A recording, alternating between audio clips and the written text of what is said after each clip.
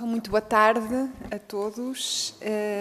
Queria, antes de mais, agradecer à Federação Nacional dos Sindicatos dos Trabalhadores em Funções Públicas e Sociais ter aceito este convite para estar aqui com o grupo de trabalho que foi criado especificamente para avaliar a Lei nº 62 de 2007, portanto, que estabelece o regime jurídico das instituições de ensino superior.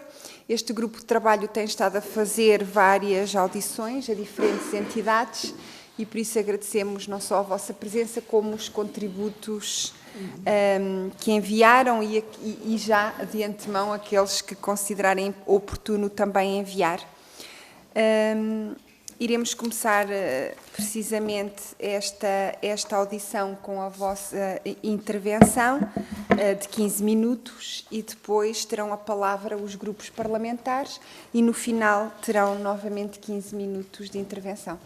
Por isso dava já a palavra, Dr. Artur Sequeira, exatamente, para a vossa intervenção. Por favor. Muito obrigado. Muito obrigado por nos chamarem a esta comissão, a este grupo de trabalho. O nosso parecer que enviámos é o mesmíssimo parecer que foi enviado quando da primeira versão do projeto, à primeira versão do regime jurídico que está agora a ser alvo de alterações, e nós entendemos mandar aquele parecer porque consideramos que as alterações que são agora introduzidas no atual RGES não vêm resolver o problema que nós, através do nosso parecer, colocamos de destruição de uma capacidade que as instituições do ensino superior tinham, através da antiga lei de autonomia universitária, foi sobre ela que o RGES foi feito, e nós representamos trabalhadores não docentes, investigadores, assistentes operacionais, técnicos superiores, assistentes técnicos, nos institutos politécnicos e no ensino superior. No que toca à gestão, nós sempre consideramos que promovia o poder unipessoal. Acho que foi, de facto, uma machadada fortíssima na gestão democrática que então existia nas universidades e nos politécnicos, em que os três grupos que lá estavam, os três grupos de professores, não docentes e alunos, tinham representatividade de forma equitativa e essa situação desapareceu. Foi também um instrumento que trouxe para dentro das universidades a capacidade de entidades externas às universidades poderem dar a sua opinião na gestão das universidades.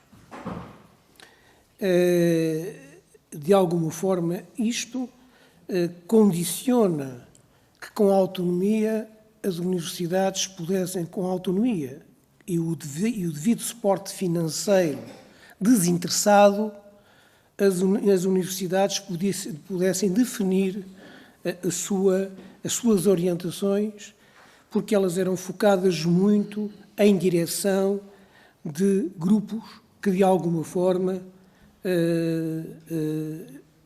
iriam financiar a parte do seu funcionamento. Fomos também contra com a ideia da criação dos regimes fundacionais. Os regimes fundacionais não foram favoráveis ao ensino superior. E recordo aqui, muitos de nós que estamos aqui à volta desta mesa somos desse tempo, não foi de facto um regime fácil de implantar a nível de todas as universidades. houve muitas universidades que foram contra isso e que até hoje ainda não estão ganhas para esse modelo, embora exista uma pressão muito grande por parte do poder político para que esse modelo seja levado a cabo. Portanto, as alterações que aqui estão a ser colocadas, hoje, esta revisão que está aqui a ser colocada, tem logo uma primeira questão que é, nós tivemos um contacto com o primeiro grupo de trabalho no governo anterior, em que entregámos um mesmíssimo parecer que entregamos a este grupo, mas no governo anterior ainda nos foi solicitada a nossa posição, por este governo não nos foi solicitado absolutamente nada, nós enviámos, porque toda a gente estava a enviar, e nós decidimos enviar também. Portanto, o que nos aqui é dado hoje para nós observarmos é verificar isto. De alguma forma, se tenta aqui responder a uma coisa que foi muito criticada, que foi a forma de eleição dos reitores e dos presidentes das instituições, que vem aqui agora com um alargamento a todos os envolvidos no desenvolvimento do desenvolvimento do ensino superior em cada entidade, em cada unidade. Acontece, no entanto, que tem aqui que isto não vem responder a um problema que nós colocamos, que é a necessidade de uma maior participação na gestão diária das instituições do ensino superior por parte de outros grupos, dos outros grupos que fazem parte deste bolo e que tornam possível fazer funcionar o ensino superior. Nós tínhamos direções que tinham representantes de todos os setores, neste momento não temos. Temos unipessoal, continua a ser unipessoal e aqui não há qualquer alteração neste sentido. Depois está aqui uma outra coisa que é ex-alunos poderem votar. É uma questão que para nós também é uma coisa estranha.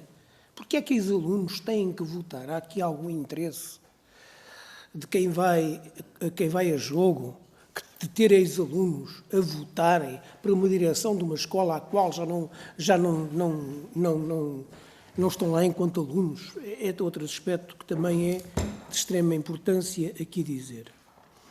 Outra das questões que está aqui é a questão do financiamento. O RGES foi, de facto, uma ação, um movimento que foi feito de responsabilização do Estado para o financiamento do ensino superior, criando, aliás, como aqui já vem, também mexe neste aspecto, dando poderes na gestão de património, dando poderes na forma de captar receitas, dando às universidades. Isto, de alguma forma, ajudou a que o Governo, por várias vicissitudes, nomeadamente do processo da Troika, etc., durante anos e ainda hoje, continua a não financiar o ensino superior naquilo que está obrigado em termos legais. E muito focado neste aspecto que, mais uma vez, esta reforma traz, que é de dar mais capacidade aos órgãos das universidades e institutos politécnicos de encontrarem formas de gestão, de financiamento das suas entidades.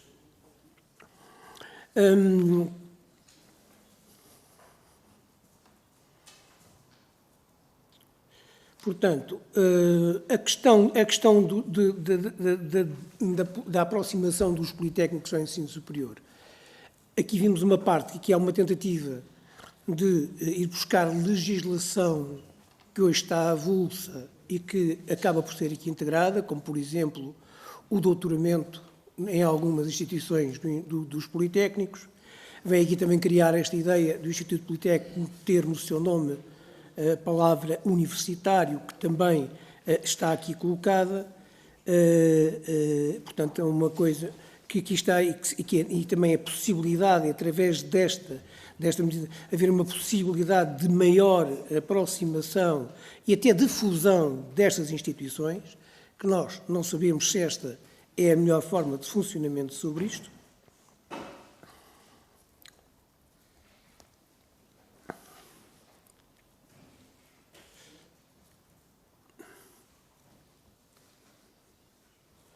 esta questão do reforçar a inovação e o bem-estar e o acesso académico no IES, eu estou lembrado da entrevista que o Sr. Ministro da Educação e o Sr. Ministro da Educação e Ciência e Inovação deu há 2 dias na televisão e, de facto, eu não fiquei nada com a perspectiva de que esta seja a forma de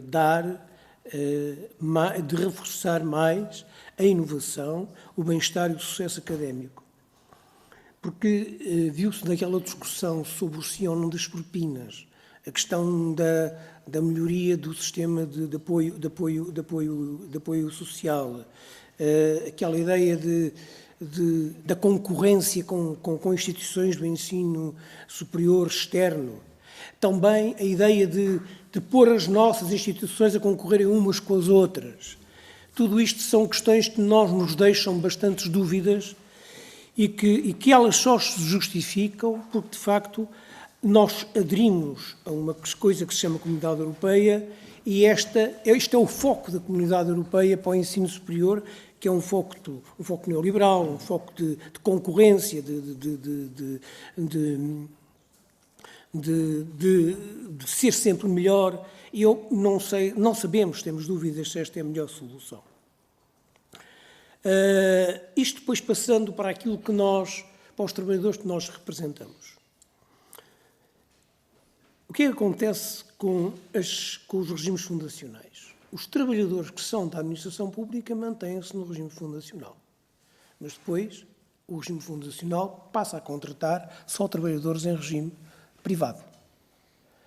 Mas depois, enquanto este processo está, logicamente que as fundações não têm outra solução senão isto, depois acontecem 2 coisas. E nós hoje, por acaso, viemos de uma reunião de uma universidade que pertence a uma fundação. E o descontentamento dos trabalhadores é, de facto, uma coisa assustadora. Só para vos dar uma ideia. Trabalhadores que estiveram naquela casa, grande parte do tempo a recibo verde, vieram perguntar, por acaso, nós quando tivemos a recibo verde não tínhamos direito a férias? Tinham. Neste momento, há trabalhadores com cúmulos de férias de mais de 2 e 3 meses de férias. Porque não deram as férias que tinham direito nos anos anteriores. É assim que estas fundações funcionam. Depois tivemos também informações, isto não é só ali naquela, é em várias. Temos também informações de que as pressões que são feitas junto aos trabalhadores da administração pública levam a que eles, através do modelo de mobilidade geográfica ou intercarreira, saiam das universidades e procurem outros locais. Temos outros exemplos de trabalhadores que são da função pública, que são de carreiras verticais e que não abrem concurso. Mas disseram-lhe, por exemplo, mas se você quiser concorrer um concurso com nível, com regime privado, você tem o concurso aberto e a gente abre o concurso. E o trabalhador ou a trabalhadora, muitas vezes, opta por esta solução. Porque não deve ser fácil, não é? Para uma instituição ter dois regimes que gerir em termos de gestão de pessoal. E criam-se este tipo de pressões. Depois temos tratamentos diferenciados. Os trabalhadores da administração pública trabalham 35 horas e recebem um salário A. Os trabalhadores que são do regime privado trabalham, em alguns casos, têm opção, ou 35 ou 40, com a redução salarial de vida. Mas estão a trabalhar na mesma situação que os trabalhadores em regime de trabalho em funções públicas.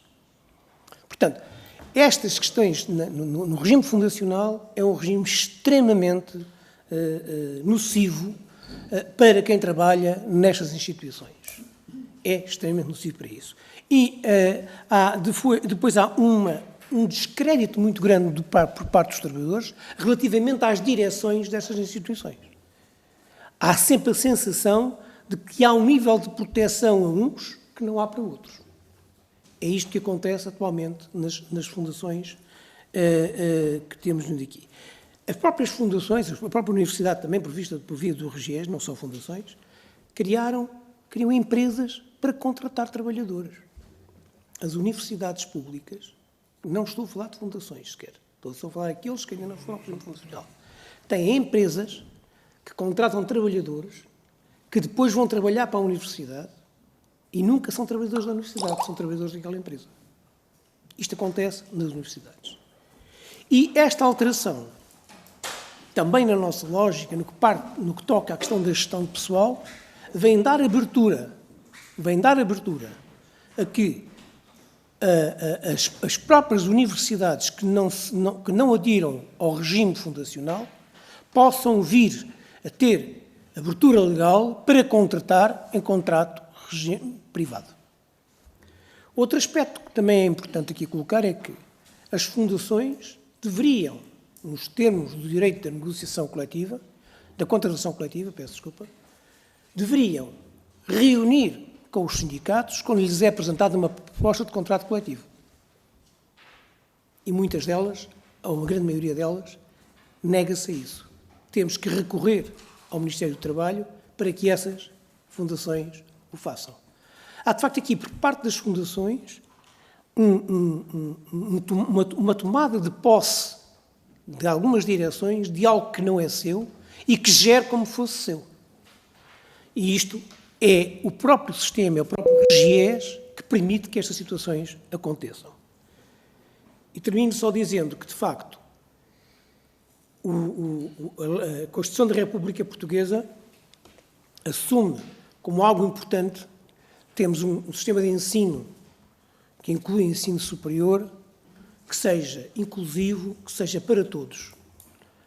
E não, mais uma vez, este governo, agora este governo do PSD, o anterior era do PS, agora este governo do PSD, vem fazer alterações a um diploma, que é mau, está a vender uma ilusão de que está a melhorá-lo, que está a pôr aqui uma situação melhor, mas, como vos devo dizer, na entrevista que eu ouvi do Ministro há 2 dias, eu vi que ele tem muita dificuldade em justificar que as suas medidas estas medidas que estão a ser tomadas para o ensino superior são as melhores medidas para resolver os problemas do ensino superior. Desculpem estar a demorar muito tempo. Há aqui, de facto, uma tentativa, mais uma vez, de se responsabilizar das suas obrigações. Obrigado. Muito obrigada. Pelo Grupo Parlamentar do Partido Socialista, a Sra. Deputada Rosário Gamboa. Obrigada, Sra. Coordenadora. Queria cumprimentar os representantes da Federação Nacional de Sindicatos, dos Trabalhadores em Funções Públicas e Sociais.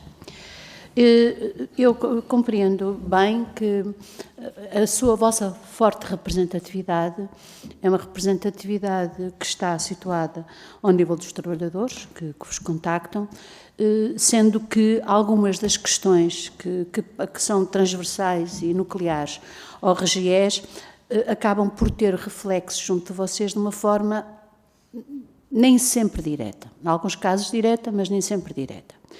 Da parte do Partido Socialista, e eu vou fazer aqui um pequeno enquadramento face à intervenção do Sr. Doutor. Está bem, pronto, também não tem importância. Isso não faz a diferença em nada. Pronto, nós também não. Então, o Sr. Artur Sequeira, tinha pensado guiar-me aqui por 3 ou 4 pontos que gostaria de destacar. Primeiro, dizer que estes 4 pontos que destacamos já são muito na base de um conjunto vastíssimo de audições que este grupo de trabalho tem feito e, ao longo dessas audições, nós fomos registando questões, dúvidas, que foram enriquecendo o nosso próprio ponto de vista inicial, porque, como é óbvio, enquanto partido político temos um ponto de vista inicial. E gostava aí de dizer já qualquer coisa. O nosso ponto de vista inicial relativamente ao RGES não é tão negativo como o vosso, mas temos críticas. No entanto, há algumas coisas que aconteceram a quando do RGES, principalmente que decorreram, muitas delas, da forma como foi implementado. Temos consciência que, desde o primeiro momento, houve uma certa perda de democraticidade interna, não só na forma como os órgãos são eleitos, como são constituídos, como às vezes também na própria modelo de comunicação interna e de comunicabilidade dentro das instituições, da audição dos diferentes elementos, sejam eles trabalhadores, docentes ou não docentes, sejam investigadores ou não investigadores. E nesse sentido tinha pensado fazer aqui um foco em 4 questões. Uma relativamente à autonomia das instituições de ensino superior, outra exatamente aquela que talvez, com certeza, que vos toque mais, o modelo do governo e a democraticidade interna, também ouvir a vossa opinião acerca do sistema binário e depois a questão dos recursos humanos e um combate que temos que fazer à precariedade e à participação. Relativamente à autonomia, como eu já disse, nós entendemos que houve aqui alguma perda da autonomia, também no que diz respeito ao RGES. Não diretamente pelo RGES, mas muitas vezes por diplomas conexos que eram sobrepostos ao RGES e que acabaram em duas coisas. Umas vezes não tornar efetivo coisas que estavam definidas no RGES. Outras vezes vir limitar decisões que já estavam no RGES. Entendemos que, nesse sentido, a questão da autonomia é uma questão fundamental, que é aquela que é a única que é capaz de permitir a identidade das instituições, a sua afirmação autónoma, a sua diferenciação, a capacidade de se gerirem da melhor maneira possível, de conseguirem construir o seu próprio projeto. Temos aqui também a proposta do Governo. Eu tinha aqui uma série de questões sobre esse assunto, mas que vou tentar aligeirar, porque já percebi que não será esse o foco ideal desta audição. Mas, de facto, aqui há uma certa revisão da lei de financiamento e há alguma integração dentro do próprio documento do RGES, que em algumas coisas nos parecem positivas, noutras parecem-nos que estão um bocadinho aquém. Há um reforço, há alguns limites à suborçamentação, em particular, quando há despesas decorrentes de iniciativas do Governo. Há também alguns avanços no que diz respeito à autonomia patrimonial, mas já há poucos, quanto do nosso ponto de vista, nos mapas de pessoal e no recrutamento e seleção de pessoal, e mesmo na própria autonomia patrimonial e financeira também temos alguns reparos, como é óbvio. Estou a tentar acelerar para algumas questões que me parecem que serão mais do vosso foro, da vossa preocupação. Mas existem aqui. Depois, na questão da democraticidade interna, nós temos muitas dúvidas acerca do sistema, não só da eleição do Presidente, como também da própria proporcionalidade dos elementos que constituem o Conselho Geral. A sua proporcionalidade, a forma que estão definidos, também nos parecem que tem aqui algumas questões que deviam ser melhor definidas, e a forma como os membros externos são cooptados também nos parece algo que pode introduzir não mais clareza, mas alguma nebulosidade dentro do sistema. Mas depois há aqui algumas partes que nós consideramos positivas e que era necessário ser regulada, como, por exemplo, algumas incompatibilidades que estão aqui definidas, e algumas outras que nos deixam um bocadinho preocupadas. O Artur Sequeira referiu algumas, eu estou agora a passar aqui à frente, mas, por exemplo, esta relação entre o público e o privado, a integração de instituições privadas dentro do público, estas junções, parece-nos que estão bastante pouco claras. Há alguns aspectos que consideramos positivos também, como, por exemplo, alguns avanços numa melhor responsabilização da governança dentro das instituições privadas, no sentido de assegurar melhor a defesa dos trabalhadores. É pouco, mas tenho que reconhecer que houve aqui algum progresso. Muito obrigada. Muito obrigada, Sra. Deputada. A Sra. Deputada Ana Gabriela Cabilhas, pelo PSD.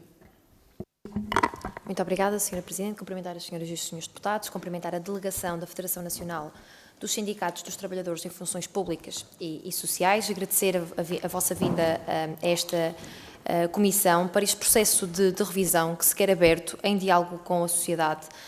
E é precisamente isso que este Governo está a fazer, por ser uma matéria tão estrutural para o sistema de ensino superior, mas que também esta Casa está a fazer, porque queremos ter um regime jurídico melhor do que o existente e, por isso, recebemos os vossos contributos sempre com o respeito pelas propostas, ainda com divergências face às matérias que aqui foram apresentadas, não só nesta audiência, mas também face ao contributo que nos foi feito chegar.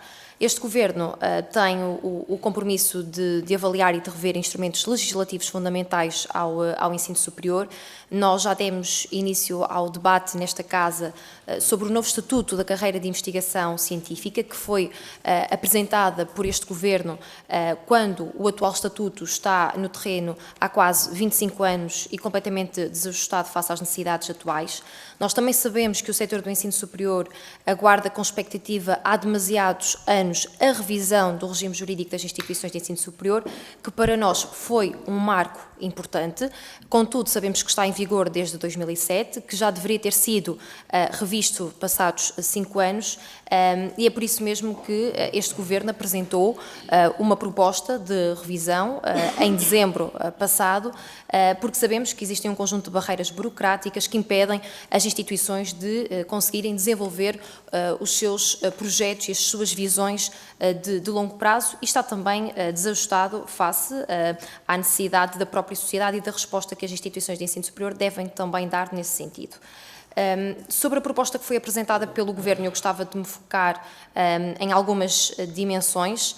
Primeiro, permite a evolução e a flexibilização do sistema binário e cria condições para uma reorganização e para o próprio robustecimento da rede. Traz alterações à governação das instituições de ensino superior, porque o processo de eleição do reitor ou do presidente passa a ser mais aberto, mais participado, promove-se a democraticidade e o pluralismo que são essenciais à vida interna das instituições. Os presidentes ou reitores são eleitos, a proposta é por eleição direta, alargada à comunidade, incluindo os alunos, como referiu, promovendo assim esta ligação à comunidade, à sociedade, mas também não ignora o pessoal não docente e não investigador da instituição, conforme também preocupação que os senhores apresentam. O mandato passa a ser de 6 anos, reforça a independência do Conselho Geral, a sua dimensão estratégica. Nós bem sabemos que ao longo do tempo a face mais visível do Conselho Geral passou a ser a eleição do reitor, ficando secundarizadas algumas dimensões de acompanhamento, fiscalização, de visão estratégica e, portanto, pretende-se dar uma resposta nesse sentido com esta nova proposta. Mas também dizer-lhe que, quer o atual Governo, mas também este grupo parlamentar, nós somos acérrimos defensores da autonomia das instituições de ensino superior e com esta nova proposta às instituições de ensino superior passa a ser garantida maior estabilidade, maior previsibilidade orçamental, dissociando tudo isto de ciclos políticos, ou seja, permitindo às instituições maior autonomia orçamental, maior capacidade de conseguirem gerir o seu património, os seus recursos humanos, as concretizações destas visões e estratégias de médio e longo prazo, para que as instituições não fiquem presas, acorrentadas na microgestão do cotidiano. É isso que se pretende assegurar. Sobre o regime fundacional que referiram, nós também temos que olhar para aquilo que as instituições que adotaram este regime dizem. Nós reconhecemos que a finalidade com que o regime foi criado não foi totalmente conseguida, não foi totalmente cumprida, mas é por isso que é possível e queremos ir mais além. Outra questão que eu gostava de destacar dessa mesma proposta do Governo é a introdução de uma regra para combater a endogamia. Isto com o objetivo de conferir mais liberdade às atividades docente e de investigação e mitigar os abusos nas relações hierárquicas. Sobre o que disse no que diz respeito ao sistema de ação social, nós não temos dúvidas sobre a necessidade de avaliação do sistema que está hoje em vigor, porque precisamos de um sistema mais justo, que garanta maior equidade, que garanta uma verdadeira igualdade de oportunidades, e este Governo está também bem consciente da principal barreira no acesso ao ensino superior hoje, e que é o alojamento, não a propina, mas sim em primeiro o alojamento, e portanto estamos empenhados em garantir respostas para os estudantes. Mas como eu comecei no início, uma vez que a proposta que nos foi remetida foram de contributos a um regime jurídico que estava em discussão em 2007, e dado que foram apresentadas alterações significativas, alterações que visam dar resposta aos diferentes setores que foram ouvidos e às preocupações do sistema de ensino superior, que são diversas, e no fundo tentou-se acautelar essas diferentes preocupações. No fundo eu gostava de perceber se não reconhecem esse esforço e nomeadamente se não reconhecem concordância com prioridades que foram identificadas nesta revisão, desde logo com o aumento da democraticidade interna nas instituições de ensino superior e, no fundo, também uma avaliação às restantes prioridades e que acabei também por verter nesta exposição que aqui fiz. Depois, reforçar que podem enviar os seus contributos escritos à nova proposta que foi apresentada pelo Governo, portanto não me refiro aos contributos que enviaram relativamente à proposta de 2007, 2007, e no fundo também questionar-lhes que outros instrumentos legislativos são fundamentais de serem revistos em paralelo, porque também já falei da revisão do ESIC, e por fim, o que é que o RGES deve salvaguardar, que esteja adquirido e que seja indispensável ao funcionamento do ensino superior. Muito obrigada. Obrigada, Sra. Deputada. Pelo Partido Chega, Sr. Deputado Gabriel Mitar Ribeiro. Saúdo a Sra. Deputada Coordenadora, as senhoras e o Sr. Deputado, e uma saudação especial aos dirigentes Artur Cerqueira e Joaquim Ribeiro, da Federação Nacional dos Sindicatos dos Trabalhadores das Funções, em Funções Públicas e Sociais. Agradeço e registrei a intervenção inicial, nomeadamente sobre a questão do regime fundacional, e gostaria de dizer que, a 16 de dezembro último, na reunião com o Partido Chega, em que o Sr. Ministro da Educação, Ciência e Inovação apresentou as linhas orientadoras do novo RGES, nós também apresentamos um memorando de entendimento ao Governo assente nas linhas de orientação que temos defendido nestas audições, em que temos ouvido muito e aprendido muito. E verificamos que, nos aspectos essenciais, a nossa perspectiva é coincidente com a proposta do Governo.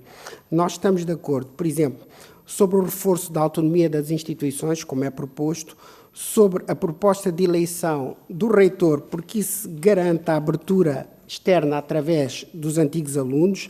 Também estamos de acordo sobre o que o Governo propõe para as parcerias entre instituições, incluindo, e aqui destacamos, a aproximação entre o subsistema público e o subsistema privado, que para nós é importante. Agora, onde nós temos dúvidas é sobre o sistema binário, e gostaria de ouvir a opinião da Federação Sindical presente. É que a proposta do Governo AD não consegue comprovar que existem razões científicas válidas para qualquer diferenciação estatutária entre universidades e politécnicos.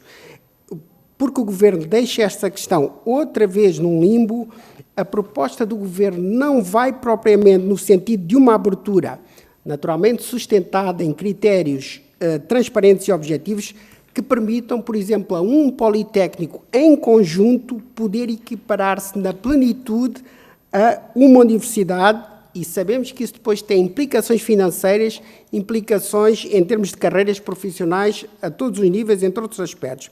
Portanto, o que o Governo faz é apresentar uma proposta que se limita a abrir a possibilidade de apenas algumas unidades dos politécnicos poderem assumir o estatuto universitário. E para nós, e suponho que estejamos de acordo, o mesmo tipo de formação académica prestada à sociedade deve beneficiar exatamente do mesmo estatuto. Portanto, a perspectiva do Governo não é consistente nesta matéria. Nós admitimos que o Governo tenha pensado aquilo que propõe como uma fase transitória, mas para nós é importante que o RGES agora seja estável por muito tempo, e não como aconteceu na fase que agora vivemos. Agora, há um último ponto que tem a ver com a crítica que a Federação Sindical faz à governamentalização das instituições de ensino superior no documento que enviaram. Na proposta do Governo, no número 2 do artigo 2º, diz isto, cito: as instituições de ensino superior promovem, no respeito pela liberdade de pensamento e juízo crítico, a procura do conhecimento como um fim em si mesmo. Fim de citação. É que a lei agora vem impor o que para nós deveria ser óbvio há muito tempo, que é o coração do ensino superior é o conhecimento, isto é o uso livre da razão crítica em contexto académico. E essa é para nós, e nós temos dito isto várias vezes, uma das falhas maiores no ensino superior. Isto é, para nós, foi a crise do conhecimento que arrastou a crise financeira endémica do ensino superior e não o contrário. Portanto, na origem está um problema do conhecimento. E esse problema para nós, e vou ser aberto, franco, tem a ver com a excessiva politização do ensino superior, agravada por uma tendência monoideológica em defesa da esquerda. E isso o Partido Chega não pode de maneira nenhuma aceitar. Portanto, para nós é fundamental instituir uma barreira inquestionável entre a razão, que é da universidade, e o poder político e ideológico, que é dos partidos políticos, ativismos por aí fora, o que agora não acontece. É que, sem a separação clara entre a ciência ou o conhecimento da política, as universidades, o ensino superior vai continuar numa crise de descrédito. Logo, nós podemos ter o melhor RGES do mundo, mas nenhum problema estrutural se vai resolver se nós não resolvermos este problema da separação entre a política e o conhecimento. Não vamos resolver os problemas financeiros, não vamos resolver os problemas de carreiras docentes e não docentes. Portanto, para terminar mesmo, eu gostaria de ouvir a opinião da Federação Sindical sobre este aspecto da crise do ensino superior. Muito obrigado. Obrigada, Sr. Deputado. A Sra. Deputada Patrícia Gil Vaz, pela Iniciativa Liberal. Obrigada, Sra. Coordenadora. Cumprimentar todas as senhoras e senhores deputados. Cumprimentar também os senhores representantes da Federação Nacional dos Sindicatos dos Trabalhadores em Funções Públicas e Sociais. E sabendo nós que o RGES é um documento estruturante e que é, no fundo, o coração da vida das instituições de ensino superior, eu agradeço os contributos que já enviaram e reforço o pedido que já foi feito pela Sra. Deputada Ana Gabriela Cabilhas, de, uma vez que já sabemos o teor do documento enviado pelo Governo e que este ainda se encontra aberto e em discussão, solicitar que enviem propostas, tendo em conta também esse mesmo diploma. A minha primeira pergunta, inevitavelmente, é se sentem que estão representados neste projeto de proposta, nesta proposta de lei do Governo de revisão do RGES, se sentem que a percentagem de representatividade é adequada numa altura de crescimento das instituições e em que a necessidade e a importância dos técnicos de apoio também tem vindo a aumentar. E depois, do ponto de vista daquilo que foi a pesquisa da Iniciativa Liberal, aquilo que nós vimos em relação à questão da visão do corpo não docente, concluímos que a questão da liberdade estatutária das instituições de ensino superior não é unânime. No entanto, emergem algumas diretrizes comuns, alguns caminhos comuns. Há consenso sobre a necessidade das instituições terem uma maior autonomia para definir os seus modelos de organização interna e sobre a promoção de uma gestão que seja mais eficiente e que seja adaptada, obviamente, às suas necessidades. No entanto, essa autonomia deve ser orientada por princípios gerais definidos nacionalmente, garantindo a participação democrática e representativa dos três principais corpos, sejam eles os estudantes, o docente e o pessoal não docente em todas as instituições. Embora alguns defendam, por um lado, que todas as instituições sejam regidas uniformemente pela legislação nacional, outros acreditam que a flexibilidade estatutária poderia fomentar a criatividade na estrutura e composição dos órgãos de governo das instituições. E, neste sentido, pergunto se as instituições deveriam ter mais autonomia, na vossa opinião, para definir as suas regras e organização institucional interna.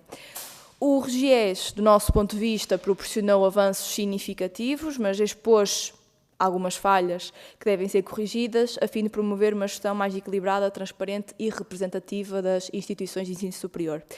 Queria perguntar que conclusões e recomendações retiram da aplicação do RGES decorridos estes anos de diploma em relação a alguns pontos. A gestão do poder dos órgãos executivos, o funcionamento dos conselhos gerais e o impacto que este diploma teve na participação institucional. O reitor ou o presidente deve ser o responsável máximo pela direção e representação da instituição, com um papel estratégico e até político na definição de objetivos, áreas de intervenção, gestão pedagógica e científica, mas também em matérias como a aplicação do financiamento. No entanto, existem outros órgãos que compõem o funcionamento das instituições, tais como o Conselho Geral, a gestão administrativa e financeira, recursos humanos, entre outros, que não estão ligados, obviamente, à docência ou à investigação. Perguntar se consideram que os diferentes poderes estão bem representados, organizados e atribuídos aos diferentes órgãos, que autonomia e poder de execução deve ter o corpo técnico não docente, e estas são as minhas questões. Muito obrigada. Muito obrigada, Sra. Deputada. A Sra. Deputada Paula Santos, pelo Grupo Parlamentar do PCP.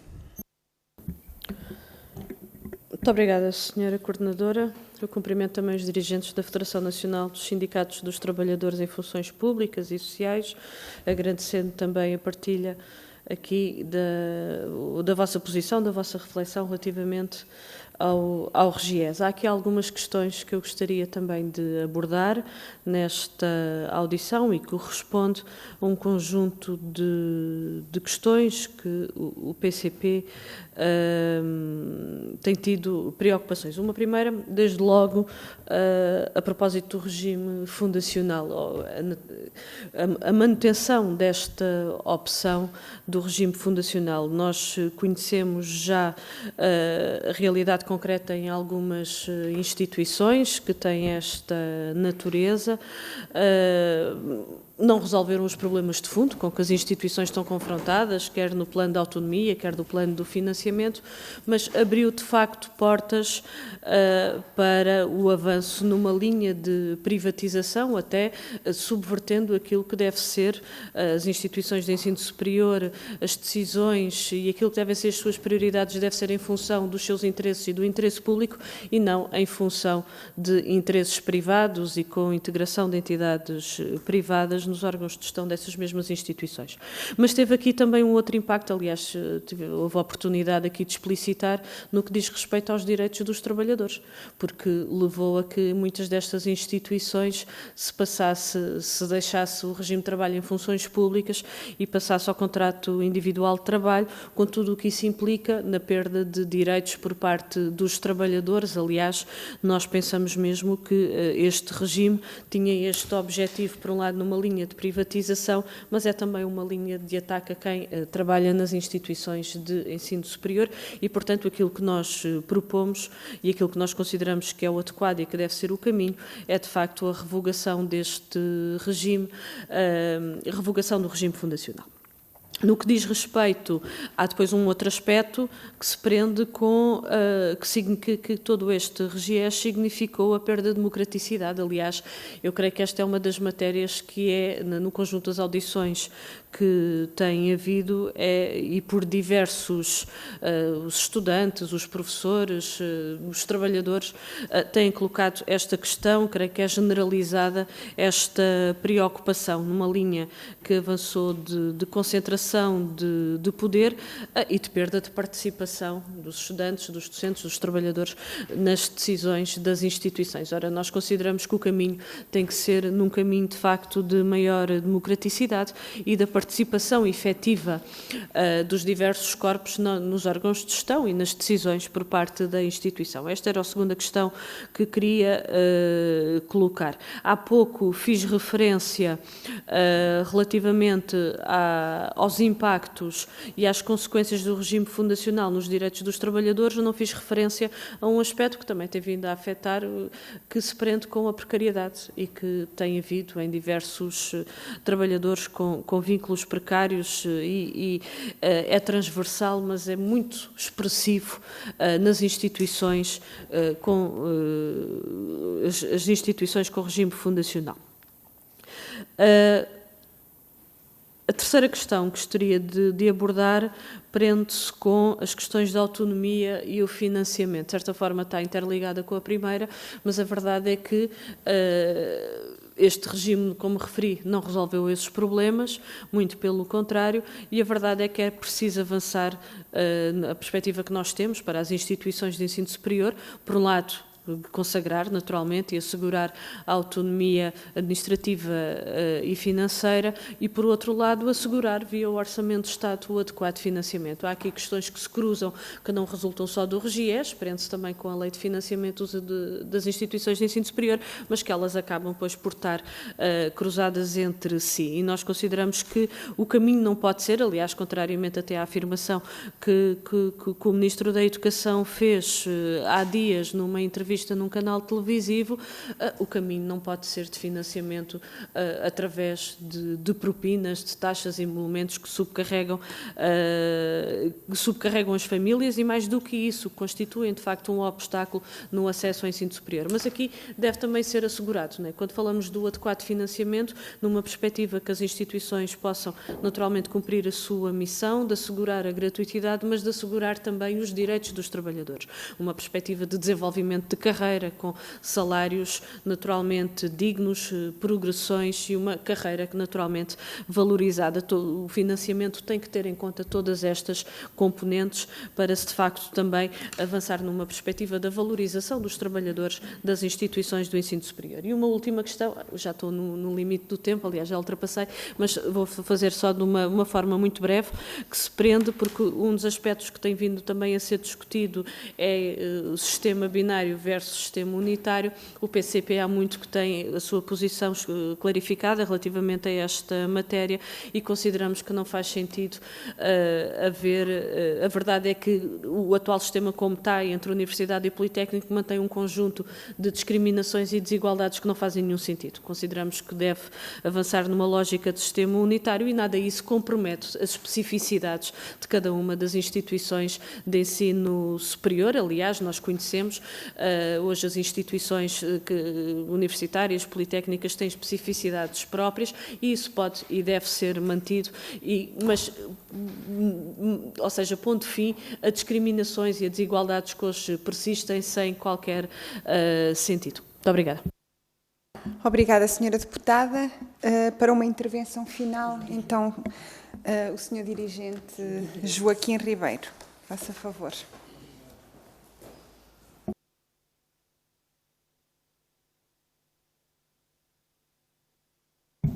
Isto é falta de experiência. Ok, já vi. Eu se calhar começaria por reforçar aqui algumas coisas que o Artur Sequeira, o meu camarada, referiu, com um pequeno resumo da sua intervenção, para reforçando alguns pontos que eu acho que ajudarão os senhores deputados a terem informação sobre as posições da Federação. A situação atual do ensino superior após 16 anos... Não, desculpem, peço desculpa, eu vou começar do princípio. Desde logo, as nossas posições têm muito a ver com os trabalhadores que representamos, não é? Acho que é fundamental. Chamaram aqui outras pessoas que falarão sobre outras áreas. Portanto, o RGES, em vigor desde 2007, que agora está em revisão, marca, por um lado, um retrocesso na democraticidade da gestão das instituições. Institui a ditadura do corpo único e exclui, eu repito, exclui os não docentes dos órgãos de gestão. É por favor dos estatutos das universidades que os não docentes estão nos órgãos de gestão. Por outro lado, ao contrário daquilo que se quis e quer fazer crer, introduz limitações à sua autonomia e esta proposta de alteração continua e aprofunda estas limitações à autonomia, que estas limitações à autonomia decorrem de uma maior dependência de interesses privados, exteriores às instituições, ligados a vários setores da economia ou outros. Mais autonomia, para a nossa Federação, não pode significar desresponsabilização do Estado em relação às instituições, nem diminuição, antes pelo contrário, o que deve haver é reforço do financiamento por parte do Orçamento de Estado. Porque o caminho contrário a este é o caminho da privatização e do aprofundamento da privatização do ensino superior. Mais autonomia para ultrapassar processos burocráticos, mais autonomia para criar mecanismo de valorização das carreiras profissionais, mantendo-as como carreiras da administração pública, isso sim. Para isso, sim.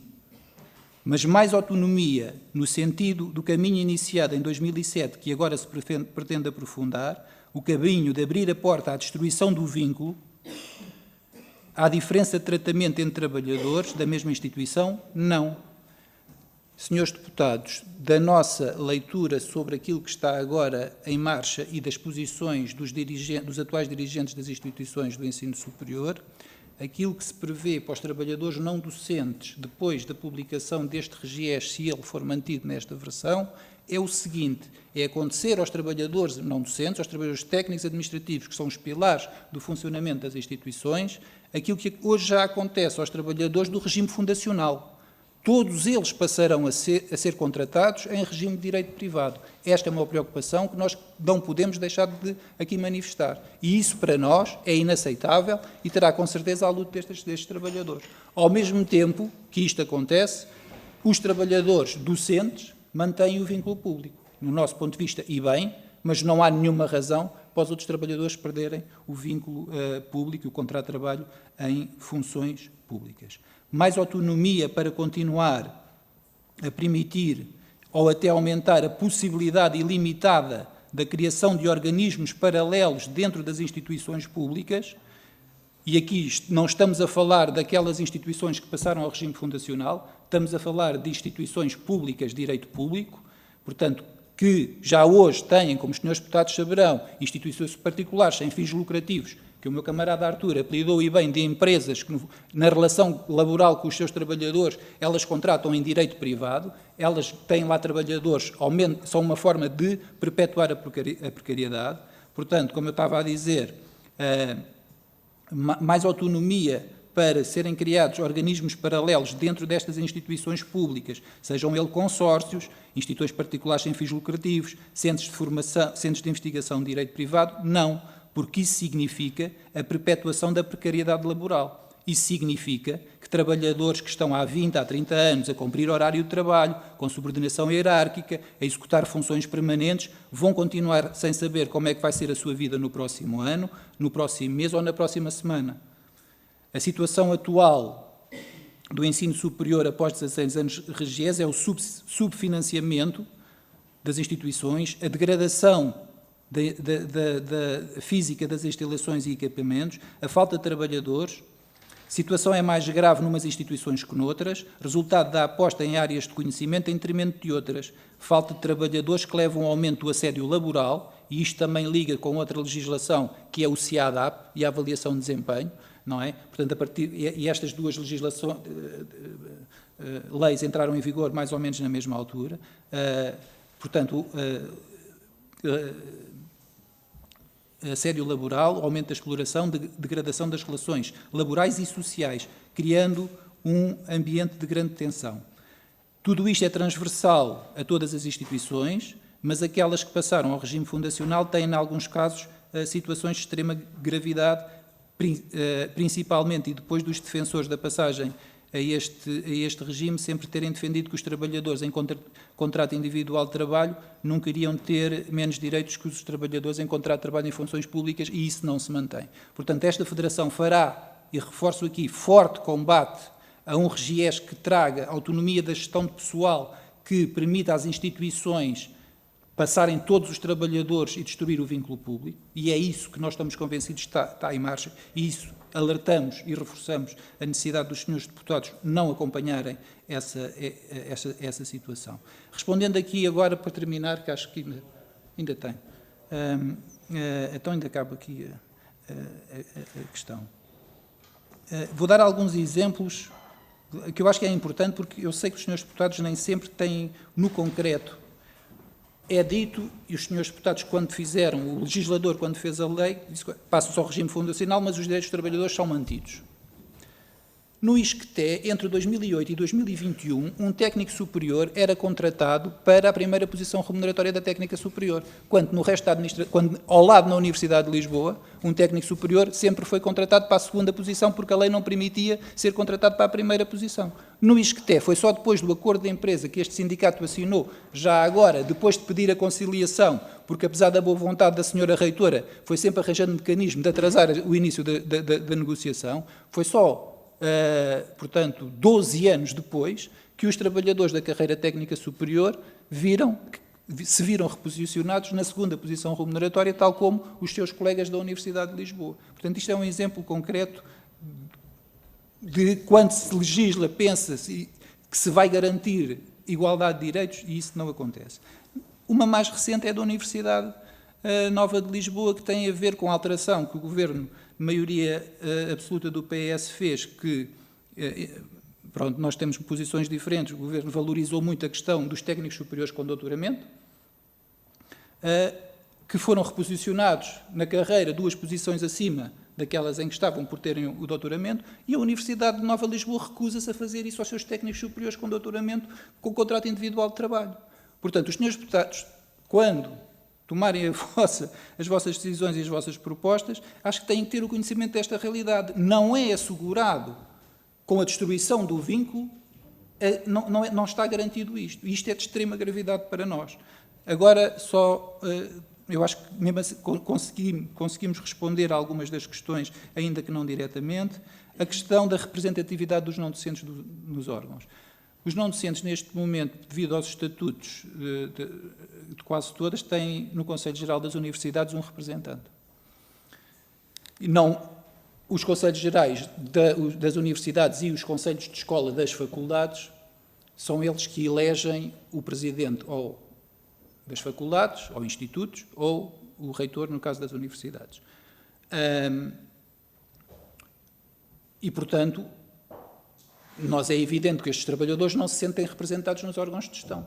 Sentiam-se antes do REGES e hoje não se sentem. A proposta aqui apresentada, embora em termos teóricos nós possamos dizer que pode ir no caminho de dar resposta, no nosso ponto de vista não dá resposta. Porquê é que não dá resposta? Porque, apesar de ser uma eleição direta, é uma eleição direta que introduz um termo que é ainda que de modo ponderado. O que é que isto significa, senhores deputados? Ainda que de modo ponderado. Portanto, os votos nos não-docentes vão valer menos que os votos dos docentes, ou dos estudantes, ou dos antigos alunos. Portanto, não se pode dizer, se está aqui ainda que de modo ponderado, não se pode dizer que os trabalhadores não-docentes vão votar. Exato, portanto, não é um voto universal e direto, em que todos contam o mesmo. Então, não estaria aqui, penso eu. É uma questão uma dúvida que deixamos. Depois, era esta uma situação.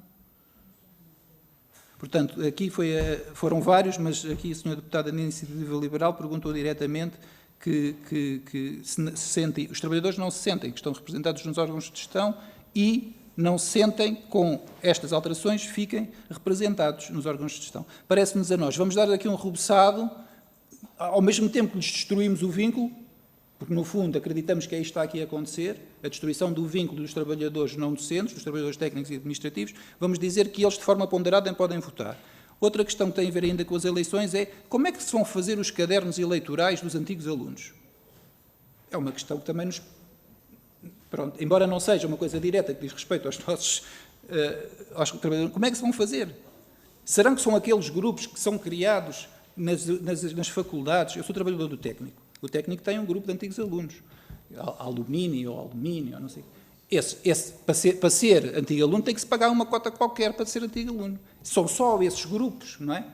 A questão que eu coloco diretamente é, já vi aqui concordarem com essa abertura, mas como é que isso se vai fazer?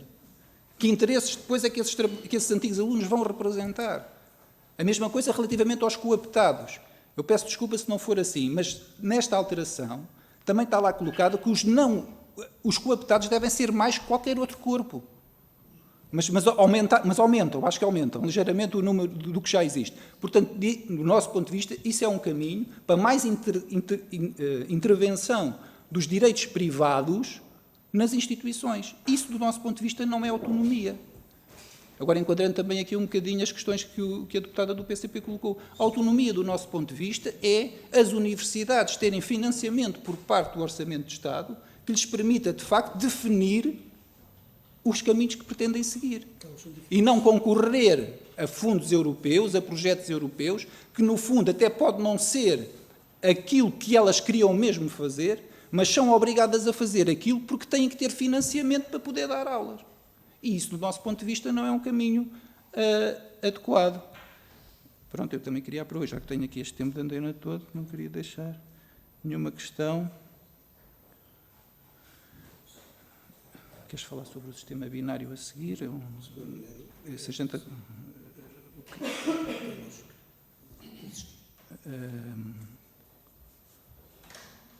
Só estou aqui a rever, portanto, sobre o modelo de eleição já falamos.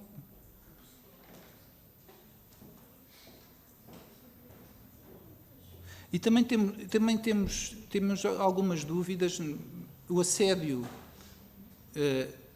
nas universidades existe, conhecemos melhor o assédio laboral que é feito aos trabalhadores não docentes. Achamos que deve haver um combate ao assédio. Eu pessoalmente não me parece que impedir que o trabalhador que está a tirar o doutoramento, se calhar até está a fazer um bom trabalho, e se calhar até faz falta àquela universidade, seja impedido de ser contratado, pode não ser a forma mais adequada, e deixo isto não como uma posição. Pela floresta. Pronto, exato. Deixamos isto assim com... Achamos que pode haver ou devem ser encontradas outras formas que não... Temos dúvidas sobre isso. De forma fundamentada, porque a razão é que um doutorado de uma determinada instituição não pode ser contratado para essa instituição se for, de facto, fundamental que fique lá. Porque é que eu tenho que partir à partida de que ele vai ter ali um tratamento especial. Portanto, esta é a questão que nós colocamos. Por exemplo, a PSD colocou aqui a questão da eleição direta, não é? Colocada que está, mas não vai haver uma eleição direta. As nossas interrogações é, será que vai haver a mesma uma eleição direta? Os trabalhadores não docentes vão votar para eleger o seu presidente e os seus votos vão contar na mesma proporção que dos outros corpos? Temos dúvidas que assim seja. Portanto, temos, ainda que de forma ponderada, o que é que isso significa?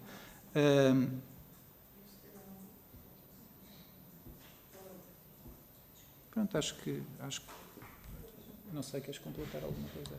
Deixamos a nossa posição. Acho que a nossa posição está colocada e nós, relativamente à questão, nós logicamente somos favoráveis à autonomia universitária. Somos logicamente favoráveis à autonomia universitária no amplo do seu termo.